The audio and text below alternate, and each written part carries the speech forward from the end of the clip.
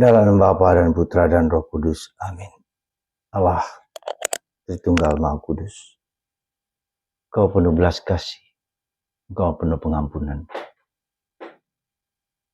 Engkau memberi pengampunan kepada mereka yang bersedia mohon ampun daripadamu. Dan belajar bertobat. Belajar memperbaharui diri. Bantu kami ya Bapa. Untuk selalu mendengarkan Engkau. Dan pada saat yang sama, mau mengubah hidup kami. Terpujilah namamu kini dan sepanjang segala masa. Amin. Para saudara, hari ini kita belajar dari pengalaman Raja pertama Israel, Saul.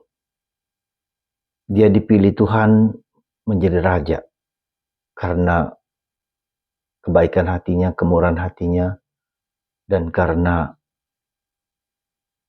yang baik dalam diri dia. Lewat Samuel dia dipilih menjadi raja. Tetapi ternyata dalam perjalanan dia gagal untuk menjalankan kehendak Tuhan. Meskipun dia mendengarkan suara Tuhan. Tetapi rasionalisasinya ya, bahwa dia tidak menjalankan kehendak Tuhan karena ingin mempersembahkan semuanya kepada Tuhan. Padahal Tuhan tidak meminta itu. Dia hanya minta habiskan orang Agag, orang Amalek. Ya. Tetapi dia mengizinkan teman-temannya, tentaranya untuk merampas jarahan itu. Dan itu dipersembahkan kepada Tuhan menurut Saul. Tapi Tuhan tidak berkehendak seperti itu. Kegagalan Saul juga karena dikatakan oleh Samuel bahwa dia rendah diri. Menurut pemandanganmu engkau rendah, padahal engkau sudah dipilih untuk menjadi bangsa yang besar. Saya ingat akan seorang pastor yang sudah cukup tua. Ketika dia masih romo muda, bagus sekali khotbahnya, rendah hati, mau belajar, tetapi mengalami suatu sakit yang dia sendiri tidak mampu untuk mengubahnya.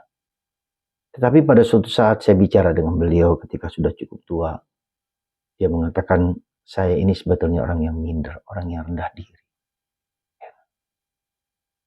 Saya kaget mendengarkan pengakuannya dia itu seperti itu. Tetapi itulah yang menjadi perjuangan dan pergulatan kita. Tuhan telah memberikan yang terbaik bagi kita. Kenapa kita menjadi rendah diri? Kenapa kita menjadi takut? Kenapa kita takut dikatakan oleh orang lain? Ya. Dan kita bisa melihat bagaimana Saul juga demikian. Untuk menyenangkan hati tentaranya, dia mengizinkan tentaranya untuk merampas. Ya. Bahkan meskipun secara rohani kelihatannya benar, ya, aku mempersembahkan semuanya itu kepada Tuhan. Dan itulah yang seringkali terjadi dalam diri kita. Kita seolah-olah menggunakan alasan rohani untuk membenarkan sikap dan tindakan kita. Mari, saudaraku terkasih dalam Kristus, kita jujur di hadapan Tuhan, kita taat kepada Tuhan. Seperti Abraham ketika diminta untuk mengorbankan anaknya. Ya, meskipun terjadi pergulatan yang bertentangan dengan peri kemanusiaan, tetapi dia taat. Dan Tuhan menggantikan anaknya Ishak dengan domba.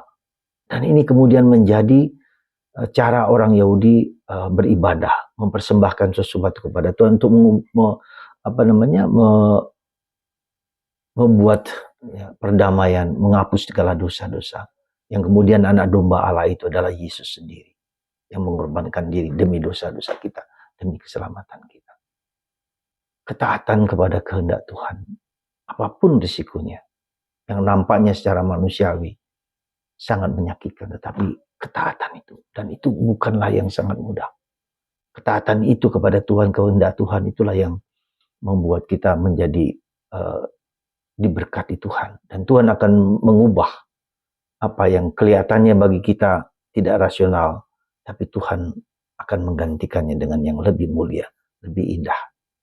Mari kita belajar mendengarkan kehendak Tuhan dan menjalankan, dan tidak berrasionalisasi, berilusi, seolah-olah yang saya persembahkan itu ya adalah benar.